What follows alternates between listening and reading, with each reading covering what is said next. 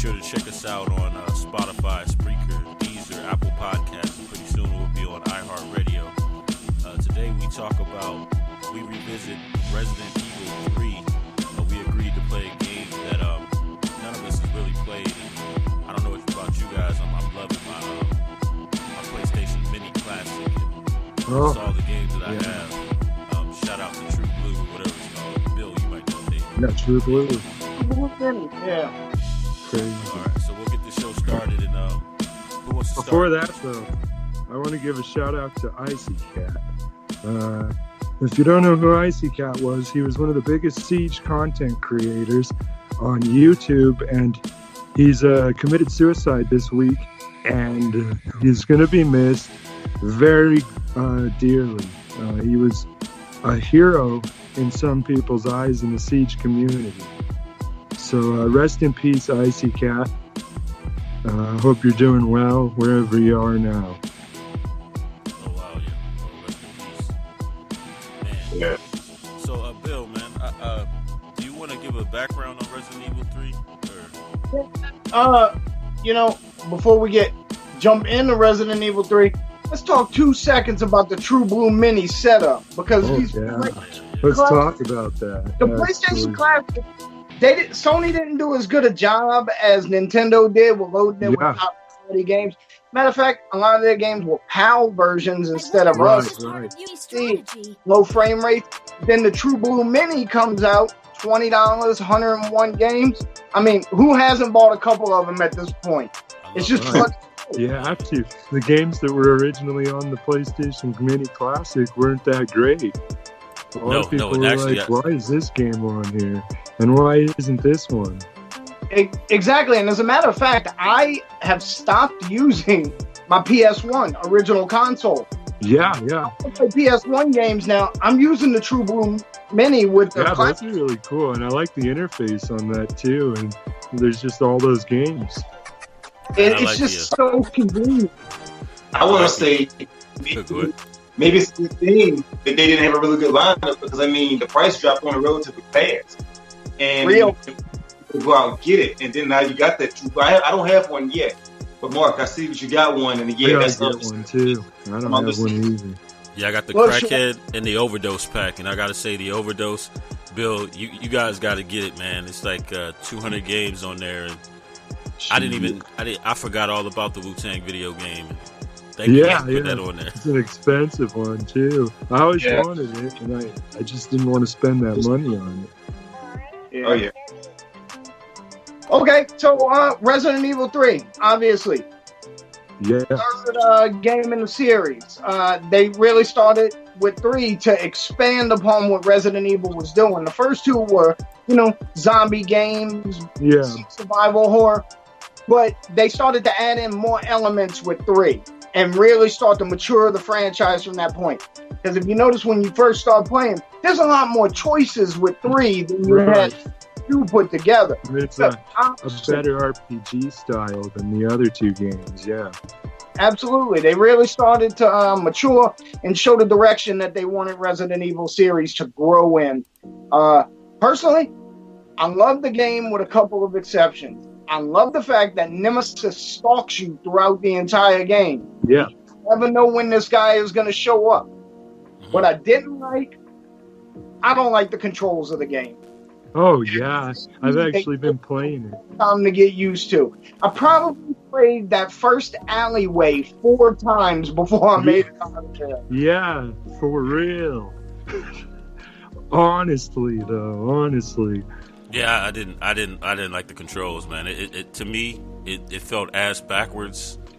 Well, and I remember my first time ever playing it, I didn't know how to get out of the alleyway. Didn't know you had to jump over that garbage can or whatever to get through there. And so I was stuck there for a little.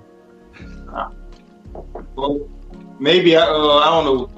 I had never actually played the PlayStation, the old PlayStation version that came out. I think it came out in 99. Yeah, it came out with the remaster. Yeah. See, by the time that came out, I had already had Dreamcast. So the Resident Evil version that I just played is the one that they just released on the PlayStation 4. Yeah, I haven't played that actually. How is that? That's really well. The controls, everything, that's where I came into Resident Evil 3 at. And that Nemesis, you're right, Bill. He will pop up out of the blue. And there's some stuff in that game, but I mean, I like the way it's done. It's really, I mean, it's dark, it's colorful, and the settings are great on it. I mean, I loved it. It's not that long of a game, I'm gonna tell you now. So, not. Yeah, it's not long at all. I always liked when you go to the Raccoon City police station and the Nemesis comes out with that guy and kills that guy in front of you. Yeah, that's my favorite cutscene.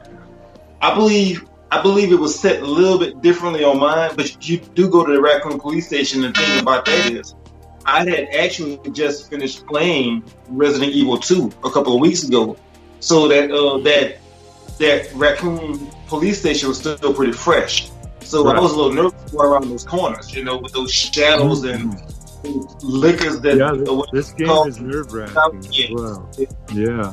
I didn't have to do all the way through the police station, but it was like you were in there for about 10-15 minutes. Right. And they definitely build the suspense well. Like you're waiting, and when Nemesis pops up, you hear the music change ever so slightly, and then you know it's about 10 seconds away if you're paying attention. But it's easy enough to miss. But other than that, even without that, they do things like you were saying with the shadows when you're rounding corners in the police station. It's all there to set that mood, and I think they do it really well with Resident Evil 3 because it keeps you on the edge of your seat. I mean, it's a horror game at the end of the night, So it's kind of what you want. You want to be a little bit uncomfortable, Yeah. And you know what to think about. It was I was gonna say, like, the first Resident Evil, the cinematics were they were all right, but the beginning was corny. With this one, it was movie like, and you was right in the dead of the zombies right there. Like, it was, bam, here you go. You got, like you said, you guys got to figure it out. You got to shoot these zombies, and you got to get out of here. Like, I ain't gonna lie, because of the dumb controls, I got ate up a few times, but it puts you right in the thick of it, and I love the cinematics, man. And I think, me personally, that's one thing that Sony did real good with the, Resident Evil 3 and also with Final Fantasy, to build up the cinematics. I think that's one thing they had over the Sega Saturn, was that right there, the games that they had. Right. Oh, yeah. Honestly, I like how cheesy Resident Evil 3 gets sometimes. Yeah, it's 90s horror. Though, I guess one of the issues I have with that game is I don't like being chased. So with Nemesis popping out, I remember the first time I played the demo, and one of my other friends, he was sitting there watching me, and nobody ever sees me jump. And I wasn't expecting, it was just a demo, so they changed it around a little bit in the main game. But I remember I jumped out of my seat, In fact, I think I was standing up and I jumped. And he laughed. It was crazy. But yeah, I remember that's fresh when I jumped. That was back probably when the whole pandemic hit with the coronavirus, and I started messing around with it. Yeah, well, the PS1 version of the game is costing more than that Wu-Tang game, actually. The game I looked up was like $140 for Resident Evil 3 Nemesis. Really? Yeah, it's an expensive one. It's a way fun game. I feel like it's one of the better games on the PlayStation 1, actually. Yeah. So on a side note, do you guys think this True Blue or these hacks revived the PlayStation Mini Classic Mini? Definitely. Sharon definitely mentioned the price drop, and what happened was it was less than a 6-month period from the release of the PlayStation Classic at $99. Yeah, to when I bought later on Prime Day from Best Buy with a free in-store pickup, and I paid $19.99 for mine. I paid $20 for the damn thing in less than 6 months. Yeah. Look at Nintendo's NES Mini. Until they stopped, it was still $60. Yeah, it's still expensive. There was no price drop. And it's crazy because I noticed on Amazon they have the Super Nintendo Mini, but it's not the same one that they have on the Super Nintendo website. Nope. Yeah, they have off-brand ones, like people make fakes too. See, that's what I like. That's what I like about Sony, because their games will come out, and I'm not speaking like so much on the PlayStation Classic mini, but they will drop their prices like in a month. Like say a brand new, like say Last of Us 2 just came out. I bought it. Right. And like in a month, I mean, I'm sure it'll already have like a $10 price drop. And that's what I like about Sony. Right now, though, is the PlayStation 5 is going to be way more expensive than the new Xbox. That's my thing. And honestly, the new Xbox is backwards compatible with all Xbox consoles, and the PS5 is only the PS4. Oh, wow. Yeah, so I'm honestly thinking about not buying a Sony. I don't know. See, we have both. You had a Neo Geo, man, so there is no cap for you, man. No cap. No cap. Yeah, I know the line with both. My son, he's an Xbox person, now, and I take PlayStation. So either way, somewhere we're gonna wind up with both at some point in time. Look, both of my twins were both PS3, and then they switched to Xbox 360, and they own the Xbox Ones right now. From what it looks like, the twins are going back to PlayStation for the next gen. Yeah, they seem way more excited about the PS5 Xbox. Honestly, though, I don't like how the PlayStation 5 looks. I don't like how the controller is either. No, it looks kind of like an controller. You know what? Like Xbox, it's a good console. That's one thing you guys that kind of throws me off, man. Because again, shout out to True Blue Overdose Pack. They also have Men in Black on there. The controls are very similar to Resident Evil 3. Yeah, I played it. Ass backwards. Yeah. One thing I don't. So between the Sega Saturn, what else do I got over here? The Dreamcast, my Xbox 360, and for some reason the PlayStation. It just, I don't know, man. It's a little bit of a learning curve. And then I was wondering too, because I was watching GameSack. Shout out to GameSack, and they were talking about. I didn't realize, was it the GameCube that had a weird looking? Why don't they try to at least be consistent with their controllers, man? Because I feel like with each system, you're going from with Nintendo, yeah, and wildly different for each system. And yeah, the GameCube controller. Look at the Nintendo 64 controller. But I will say this: PlayStation really pretty much has been consistent with their controller, the way it looks, the way it's built. Right.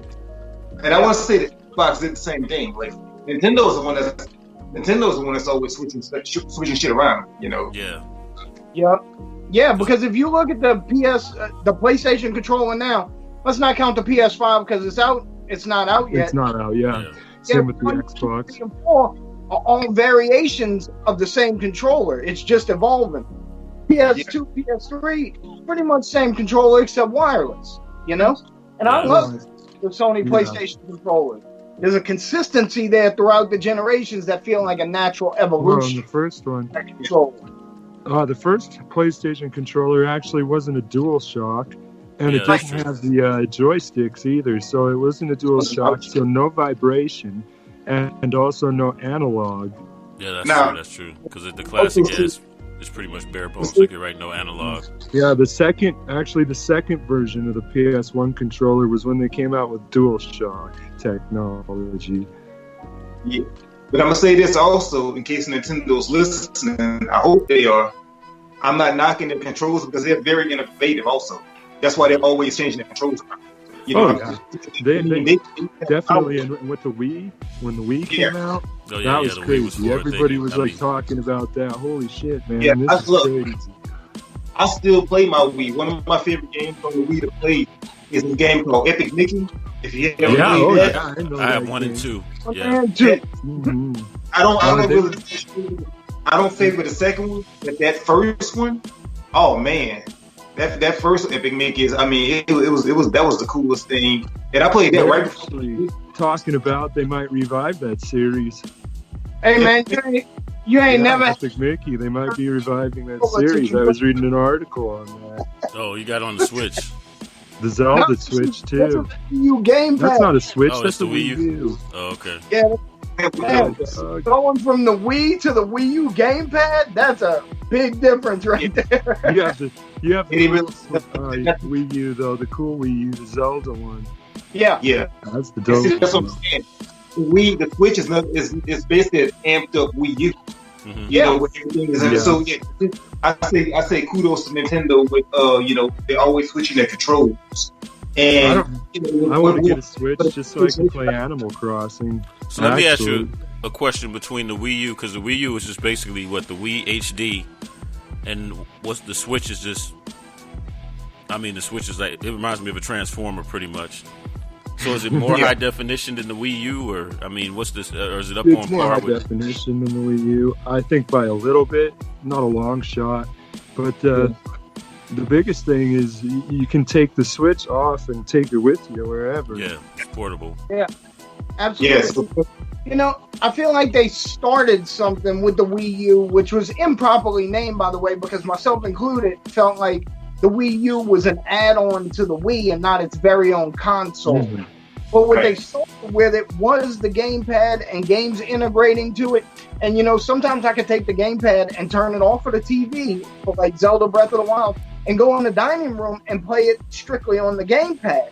And you can do that.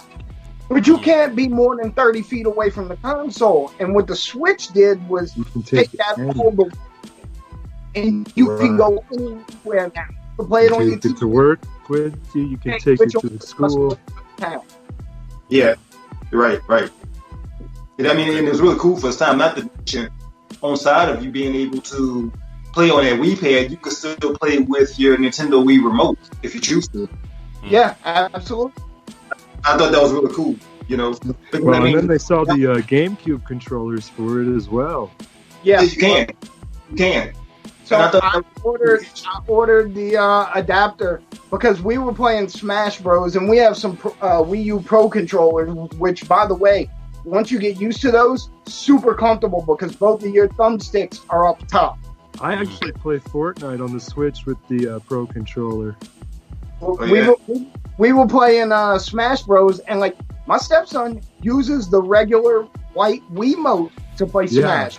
You know, one of my sons was using the gamepad, and the rest of us were using Pro controllers. But I ordered the adapter so we can use GameCube controllers on.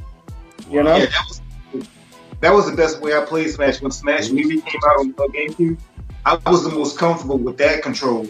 On the I'm gonna say like on the Switch and on the on the Wii, I suck at Super Smash Bros. Melee, not Melee. Whatever that new one is that came out. I suck at that game because I can't Smash too. Yeah, I can't track it. I suck at that game bad. Well, you know, the thing with Smash is like they pretty much the first one was on Nintendo 64. It was a pretty good game, and it really set the tone for what they wanted to do. But then the GameCube version, Melee, came out. Everybody holds Melee highest. Smash game, and that's why in Smash tournaments now, you'll see 90% of the players, they might be playing Smash Ultimate, but they're using GameCube controllers. Right. Yeah, 100%. That thing. Yeah, I think that's my whole problem with it because I'm not using like the GameCube controller when I'm playing it, you know, and I don't have it I never bought it for the Switch, but I do have the Smash controller that came with I got it on the Wii U. That was the last one I bought, but I played it with the Wii controller or whatever. But I mean, like I said, I suck at that game. I'm no good at it. The Switch one was supposed to be the last one, right? If I'm correct. Yeah, but it's Nintendo, man. They know how to. You never know, right? Yeah. I like Nintendo for one fact that they like to utilize all their past materials, like their past controllers, past games. I really liked the Classic Store, and I was bummed when they did away with that. Because that was one of their best features, I feel like. Okay, to circle back to, because one thing I didn't realize, circle back to Resident Evil, I didn't realize how many Resident Evil games they have, man. I forget where would you guys rank Resident Evil 3 in the Resident Evil universe? I think Resident Evil 3 is probably my third favorite. Okay. Out of them all, number one would be, I really liked 5. I think 5 was underrated on the PlayStation 3. I really liked 5. And then a lot of people hold 4 highest, but I think 4 is second for me. And then the third one is third. I would go with third place as well. It's a really solid game, and it really starts to set the tone for what they want to do. But, I mean, I like GameCube, man. Resident Evil 4 is the jam, you know? Okay. Yep. Resident Evil 4 was a good solid game. I remember when Christmas came out, and when it came out at Christmas, and I played it. But I also like the reinvention, like when they did with Biohazard 7. You know, when they reintroduced that formula. You know, so I think I'm gonna say with the very first one because it introduced me to Resident Evil. So I'm gonna put that number 1, and then I'm gonna go with number 4. I'm gonna put number 7 at number 2, and then 4 at number 3. Because I don't know if you've ever played Biohazard 7, Mark, but yeah, it's something serious. Well, it's great. Fun fact is Resident Evil. The name for Resident Evil is actually Biohazard in Japan. Yeah. Well, which one was you playing? I was at your house, man, where they was in the house and that lady went crazy, man. That one. When you freaked out, that was number 7. That's Biohazard 7. That one. Yeah, that one was wild. That's the new one. Yeah. See, I know this is not going to be a popular opinion, but my number 2 Resident Evil game is actually Code Veronica X on PS. I know that's not a popular opinion, man. I'm just saying I think it's a fun game. You like it. If you personally like it, then you like it. What do you do? Right. And then you mentioned the GameCube, and the GameCube was on par with what? The Dreamcast, right? Yeah. Was it part of that? Okay. PS2. That was 128. PS2. Okay. Because I know they had a Resident Evil for the Dreamcast. Was it the Veronica one or? Yeah. Okay. I really liked the Dreamcast, honestly, though. Yeah. I get heat for Veronica, man. People for some reason I get heat for it. It's not people's favorite, but I enjoyed it. So I don't know. I think it's all right. I don't think it's horrible. Nah, I didn't finish it, but I did. I used to rent it from Blockbuster Video a lot. Right. And I hope that they were releasing everything else. I hope they revamped it also. Yeah, because they already did. They revamped 1 and 2, right? They did an 1 HD. and 2 and 3. They revamped 3 too. Okay. So 1, 2, and 3. And I actually have the first 2, the ones that they redid, but I haven't played the third one. Now I'm gonna also say I don't have the second one on PlayStation, but I have the remastered version on PlayStation 4, and that's what I played the second one, but I only played 1 disc because my cousin had it at the time. One of them was missing, so I downloaded. That happened back then. And I mean, if you're coming out of Resident Evil 2 and then jumping straight to Resident Evil 3, everything is fresh. You know, the controls are good. You know, I mean, you'll have no trouble playing it on the PlayStation 4. You know, it's I mean, it's not. Yeah. I think it was Resident Evil 2. I just put a bid in on eBay for Nintendo 64. Wow. So that makes sense. Yeah, they had 2 or 3 Resident Evils. I think it was Resident Evil 2 and 3 were on Nintendo 64, but that's about it. Okay, all right. Yeah.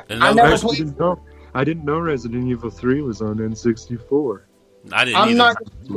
I'm not going to swear to it 100%, but I got to check. I'm going to have to look it up too. I hope it is, actually, honestly. I hope so. And we talked about those hacks, man. Yeah.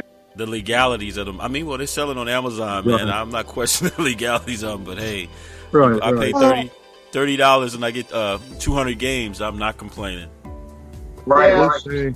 I never really follow this, but they say rule of thumb is own the game that you're going to get the ROM for. But I don't know, man. The games are so old, and who wants to pay $140 for a PlayStation 1 game? Donna, what we're looking at here is it's an intellectual property right. So you'll see these True Blue Minis. You're going to see them for the Sega. You see them for PlayStation. You will not see them for Nintendo. No, you will not. Litigious and will sue. But the Nintendo sues everyone for it now. The law is you have the right to back up your own data. If you purchase data, you're allowed to have a backup copy of it. Therefore, when you buy the True Blue Mini and it has 300 games on it, whatever games are not in your library, you're supposed to delete off of there because you don't own those. Oh, so that the workaround is you have to own a physical copy of the. That's the rule of thumb for yes. emulating. And then what do you guys think? Life. And what do you guys think about? Because I have seen that the Super Nintendo Mini is pretty expensive. Oh, it's shooting up, man. It's at like it's just going up. It's not going to come down anytime soon. That's for sure. But would it be worth it? Because Super Nintendo, honestly, not my favorite. I don't think I'd buy that. I still have the original. I'd rather have the NES Classic. Actually, I don't think I know they had Donkey Kong Country and stuff. But I didn't really like the Mario Kart for the Super Nintendo or all that stuff. Man.